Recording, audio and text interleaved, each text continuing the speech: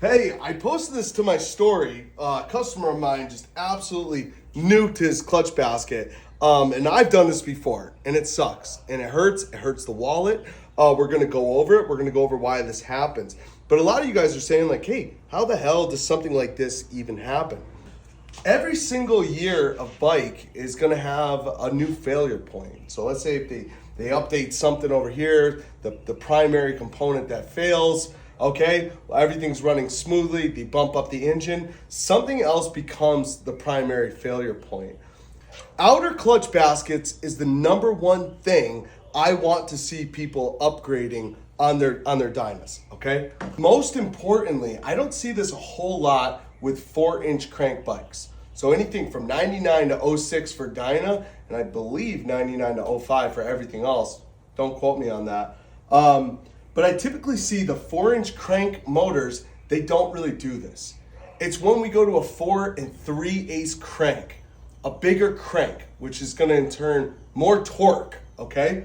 That's when I see these clutch baskets catastrophically failing. And when they fail, they kill everything.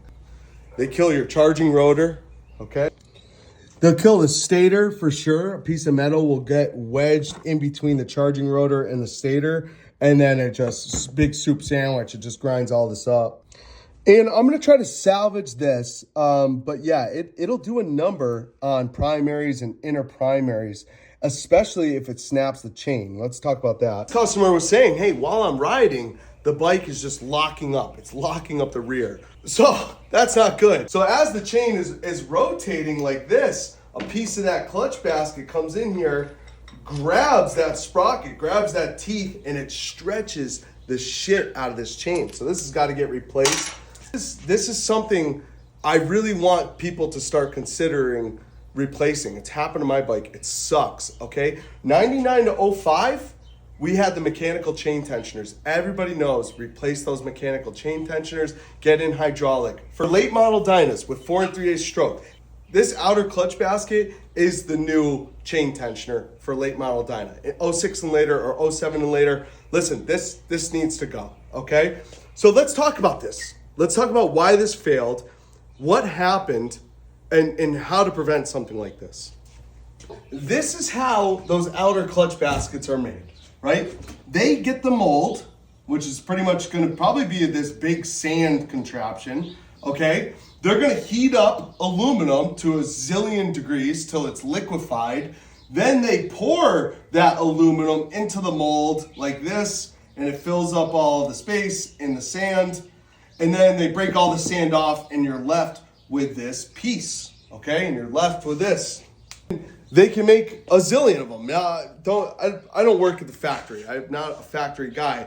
This is just basic cast aluminum, okay? And that's what this is. This is cast aluminum. So they pour these, they make this part, okay, from pouring metal into here, and then you get the product, okay? And the product goes in your bike. The problem with that, and the problem with cast aluminum, let's erase this, okay? The problem with cast aluminum is when you pour all this liquid metal in there, you're left with tiny air bubbles everywhere. So when you have all these little tiny microscopic air bubbles, maybe some big ones in there, I've seen some pretty big air bubbles on stuff, and then microscopic, this is not gonna hold up. Just a clutch dumps and all that stuff. Let's also look at how this works. Okay, so this crash course on clutch plates, but I have a whole video on how a clutch works. Listen, you have steel plates, you have friction plates, okay? And just like your brakes, when you put steel on friction and you push them really hard together, they connect.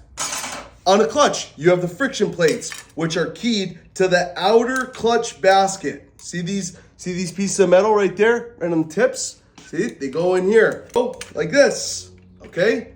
This is keyed. This is keyed to the outer basket. Here's the inner basket for this Scorpion clutch, okay? Look, the steel plates, there's no tabs, but on the inside they have teeth.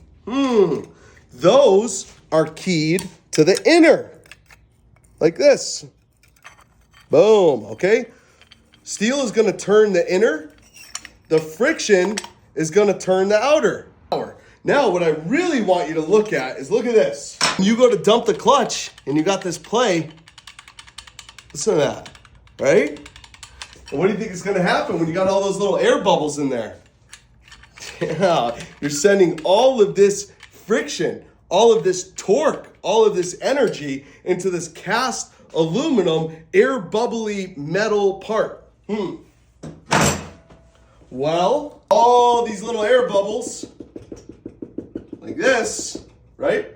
You dump the clutch, you send the energy right into here, because it's got a little bit of slop, it's got a little bit of play, and look, crack, crack, crack, crack, crack, crack, crack, crack, crack. It will find, these will find its way into the air bubbles, crack, crack, crack, like that.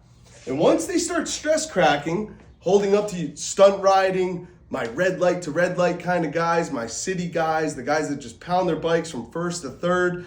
I do too. I'm not calling anybody out. This is what happens. You kill that basket. You kill that basket and it just blows up. Okay? Let's erase this. Let's talk about CNC. CNC block of aluminum. Right? You have this big old CNC'd block of aluminum.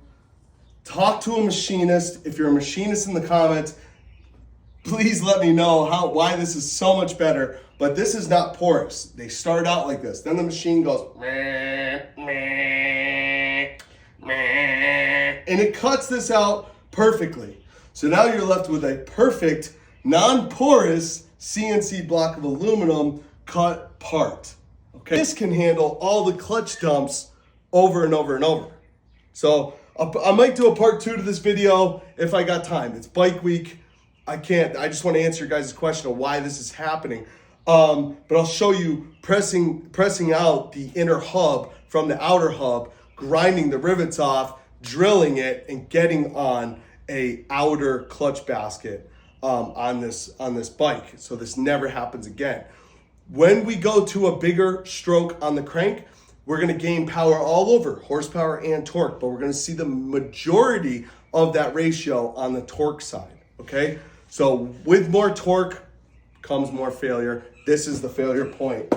Outer clutch baskets, 101.